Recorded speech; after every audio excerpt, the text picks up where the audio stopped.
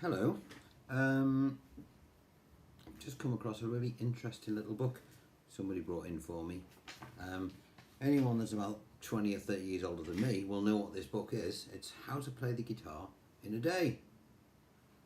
Okay, this fella, for those that don't know, is a chap called Bert Weedon, very famous guitar player in the late 50s, very early 60s.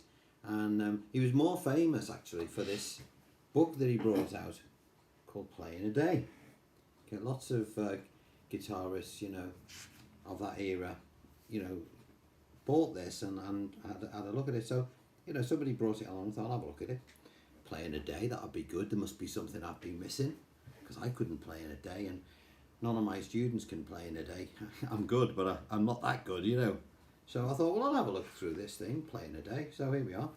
And it's got, plectrums and sort of plex that you use and how to hold a guitar. That's all useful stuff. What the left hand does, it's all very useful. This is getting into a bit of theory here with pianos and all that. Not sure about that. Now the problem I have with this particular book is the first chord it teaches you to play in a day is this one here, bloody C. Now if I was to show a C to my students straight off, I wouldn't see them again. They'd be gone. And then further down the line we've got this one here, the dreaded F, but only played as a 5-string version. So consequently they would hit that open bass string and it would sound awful, Now this is the bit that put me off it completely, I've got to say. There's other bits that put me off it. Now don't forget, the title of the book is Play in a Day. I don't think this is, I couldn't see Slash or Clapton or all these guys doing this, and all this business in a day. I don't think so. Just trying to play one of these chords in a day would be hard enough.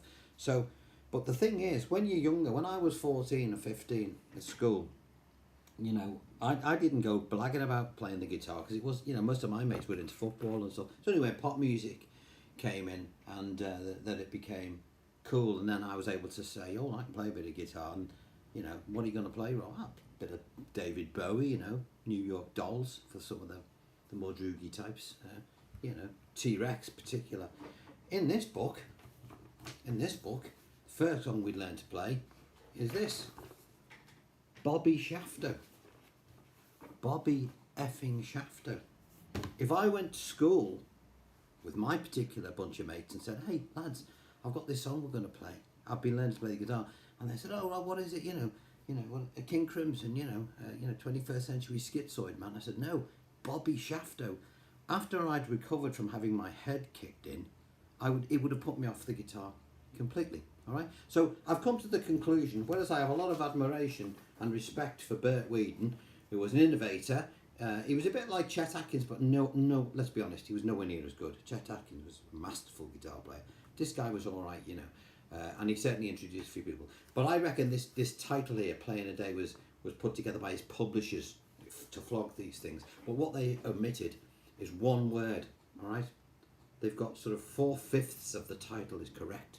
4/5 of the title is correct.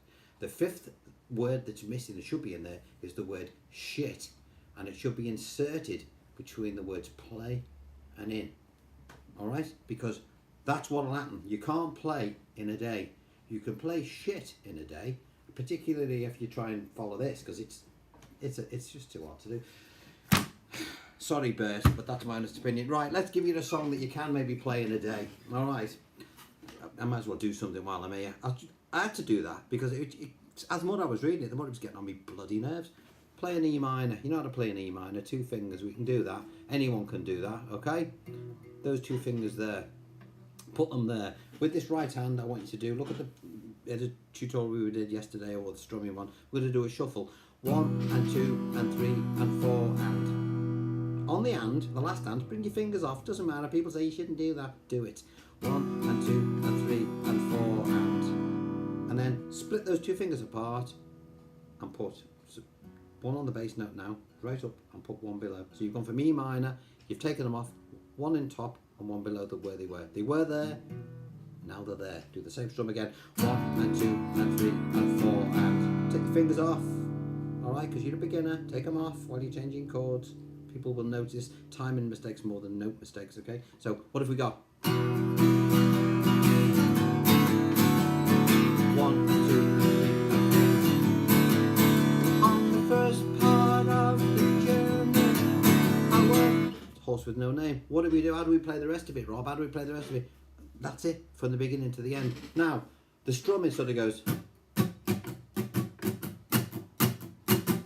We can do all that later. The accent thing that we talked about in the strumming thing as well. Look at that. But all you need to know is we're going to go like this: 1 and 2 and 3 and 4 and 1 and 2 and 3 and 4 and 1 and 2 and 3 and 4. That calls. That's like an E minor.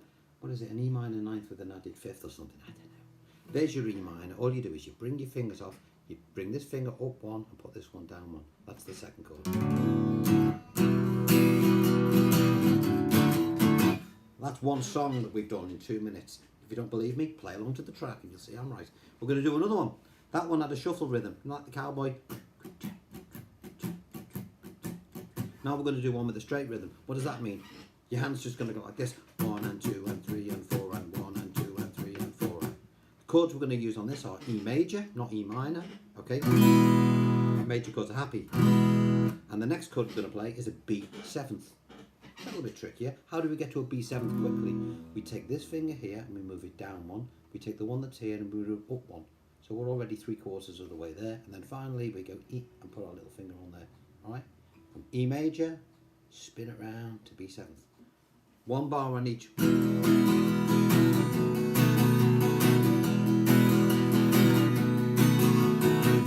There goes my happiness again.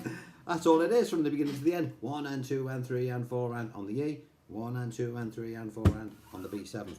Now, if you do that and you learn those 4 chords, which I think you can learn in a day, not only will you learn the chords, you will also learn how to play 2 songs. Try it out. Put Just Wanna Dance the Night Away by the Mavericks on and play those 2 chords along with it. 1 bar on each. What does that mean? 1 and 2 and 3 and 4 and change chord. 1 and 2 and 3 and 4 and. The other one was Horse with No Name by America with a shuffle. 1 and 2 and 3 and 4 and 1 and 2 and 3 and 4 and. Alright, so try and do that. That's something that you might be able to do in a day. Right, I'm going to leave you with that. This fella, he's good actually. I don't mean to have a go at him because he was a great innovator and for his time he was spot on. But this book, I'm afraid, it is pretty misleading. It probably put more people off playing than playing, especially when he got to that F on page 2. Anyway. Legrima next. Take care. Bye bye.